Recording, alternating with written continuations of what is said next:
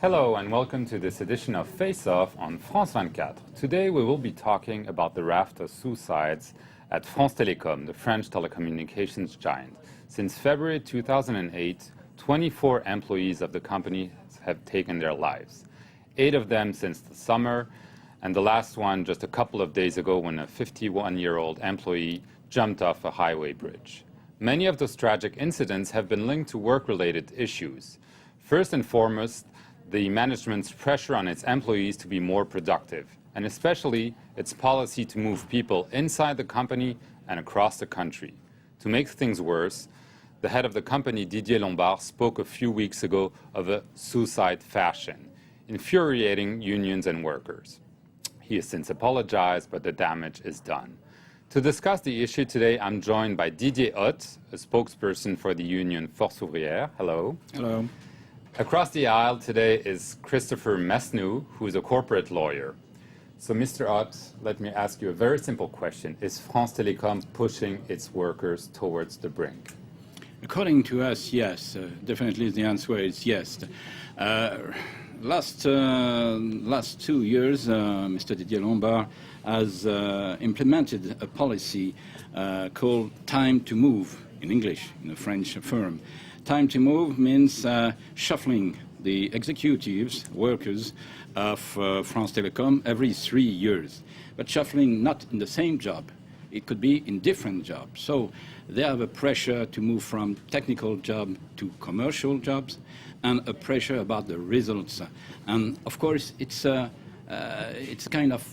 change of culture for most of the workers inside that firm, because 75% of the workers in France Telecom are in fact civil servants, still working in the company before she was privatized 10 years ago. So of course, we don't say that the responsibility is for Mr. Didier Lombard, but at least it's a problem of management in the company that is really annoying for the workers, because they don't have the possibility to see what will be their future, their individual future in the company. Right. Mr. Mesnou, let me ask you, is France Telecom a special case? I mean, is 24 suicides for a company that has a little over 100,000 workers a big deal? I mean, is this the only company in France that faces such a tragic situation? No, I think we all know that there have been other examples recently, including in the French automobile industry, where there have been a number of suicides. The specificity of France Telecom, I agree with you, comes from the fact that 10 years ago it was a public company owned by the state.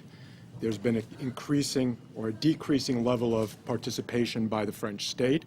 There's been a significant mutation of employees from one service to another, and there's been a radical change in the culture, in the way in which France Telecom is governed, and that's clearly destabilized a lot of people.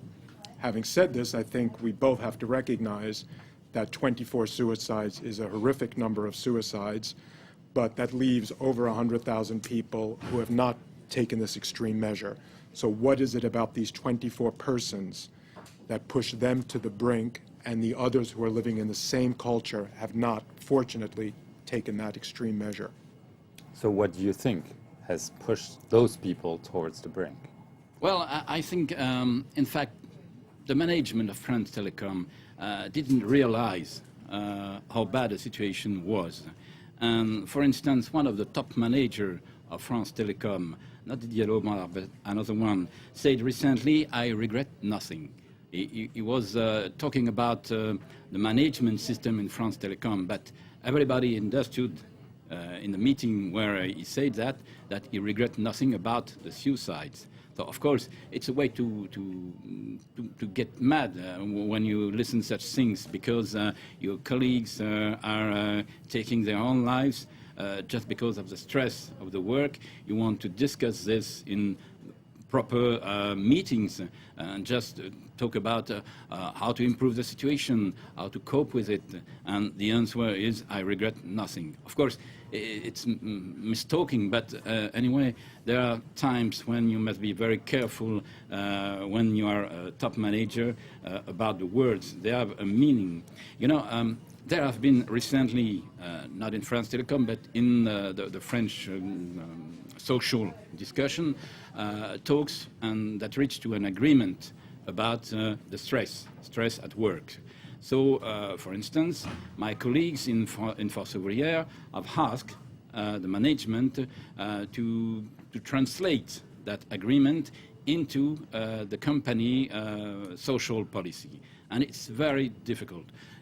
They are now going to reach discussion, but in fact, we have the feeling that the first preoccupation for the company management is trying to improve the commercial results, trying to improve the shareholders' results. Just for our viewers, France Telecom has a special status in France. It was partially privatized, so the state has a 26% stake. Today, 2/3 of its 102,000 employees are civil servants, which means, in theory, they cannot be fired. Many of them probably want to enjoy retirement benefits, and so they maybe prefer to cling to their jobs at all costs. So, Mr. Mesnou, is this a factor explaining why the management, unable to fire people, is trying to shift them around and maybe encourage them to leave on their own? Yeah, I think perversely the fact that these people, those who have the status of civil servant, they cannot be fired in theory. So what is management trying to do? It's certainly trying to maximize the utility of each employee who cannot otherwise be fired. So shifting them from one service to another, from one part of France to another, even if those people are overqualified for their new positions, is a way of trying to maximize human resources, which is probably not the best way of going about it. So I think the intention is good to protect people's jobs. The way in which it's being executed may not be appropriate, and it may be producing these perverse effects which we're talking about now. Mr. Rod, do you agree that the hybrid status of France Telecom is playing a part in this tragic situation? Certainly, because in fact the France Telecom culture was that of a public service. And all the workers were proud to have built a firm that, in fact, was a leader in its own market. And suddenly, their cheerful change of jobs, they have a pressure constantly to improve their result, but they have too a pressure to jump off the firm. For instance, the management at the beginning of the privatization of France Telecom had created a special structure that was in fact in charge of finding job to the civil servant working in France Telecom to go in the administration. And during that time, they were in fact unoccupied. And it is a way to put pressure on people. You just put them in an office, you don't give them work, and they're obliged to wait until the possibility to find another job in the administration. Well, it's a way to, in fact, to despise the people, to say you are worth nothing, in fact, because you are a civil servant, because you come from the public services. Didier Lombard tried to move that way because he saw that human resources had to be utilized in a way or another, but it was a real stress at the beginning of the privatization. And I think, in fact, the suicides are the translation of that stress during years and years that now comes to an end. And sincerely, the government must do something about that. I think the management is now not really qualified to improve things. I don't ask for the head of Didier Lombard. Why not? That's not my problem. Why not? Simply because it's the management that has to be changed, not the manager. if you replace the top manager by another one with the same policy, simply it will produce the same results. For instance, Mr. Didier Lombard has said we stop the time to move policy. Right, suspend it for 3 months. Yes, suspend it for 3 months. So we say we must suspend it for good, because simply it's a policy we don't want to see anymore. Mr. Messner, let me just ask you, there's this reputation of French workers, especially civil servants, who enjoy lots of benefits, unemployment, health, retirement. Is this an extreme example of French workers not accepting a modern world where everything is flat and there's a strong competition, especially in the telecom industry? Well, I think, again, the status of France Telecom has changed dramatically over the last 10 years. It's become, as Didier said, it went from being a highly protected public sector company to a highly competitive private sector company, purchasing Orange in Great Britain and going all around the world creating alliances. One of the questions to ask is, has the management of France Telecom prepared its workers for the inevitable changes that result from this change in status?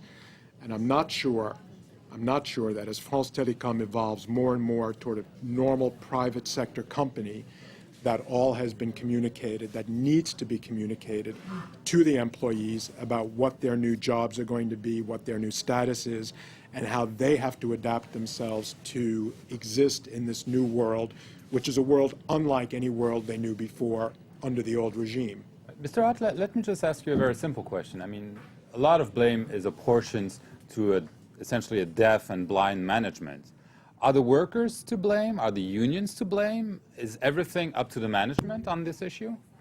Well, in a way, you could charge the union, because we saw the problem months ago, and even we say to the France Telecom management, there is a problem with the suicide. Probably we should have been more adamant about do something now, for instance, calling for a strike. But you know, there is a kind of shame about the situation, because the workers say, well, maybe it's because we are not good enough at the job, and it's very difficult to say, okay, we can't stand that anymore. Let's do something, because people say, okay, but is it the proper time? Is it, well, the culture of results, in fact, makes all the workers rather isolated. Many of our colleagues in France Telecom say, we know the people, the workers who are fragile, who could take their life. In fact, we know them before, and we try to gather around them, to help them, to comfort them.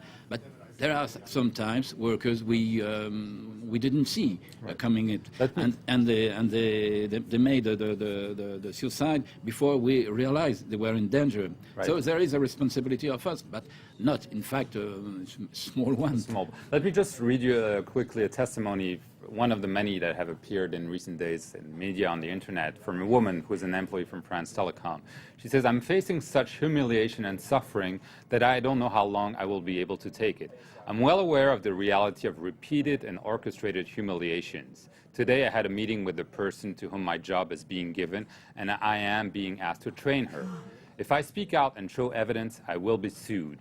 I can't live like this anymore. I am ashamed. I am nothing anymore, and I just want one thing: disappear so that it all ends." Mr. Mesnou, any reaction? Well, I mean, that's a horrific thing to have to listen to. What I would say is, in France, as opposed to many other countries, including the United States, that there are a number of institutions in French law which exist to assist salaried employees in their moments of difficulty. We have in France work doctors, médecins du travail. We have hygiene and work condition committees. We have inspecteurs du travail, work inspectors. So there we have, of course, the comité d'entreprise, the workers' committees, and we have the unions. There are a number of tools which exist already in France which don't exist in a lot of other countries, which probably need to be strengthened and improved in the particular case of France Telecom, to make sure that the 25th suicide, including potentially someone in this state of mind, doesn't happen. Just a very last word, because we have to wrap it up, unfortunately. Mr. Do you agree that all the social dialogue in France needs to be repaired and improved? Yes, particularly in France Telecom, we have a lot of talks about social dialogues, and now we must translate it. We have asked for an inquiry by a parliament committee, because I think now we must take things seriously, and I think the parliament must take it over. Okay, thank you very much to both of you for this debate. Thank you to all our viewers for watching Face Off on France 24. See you next time.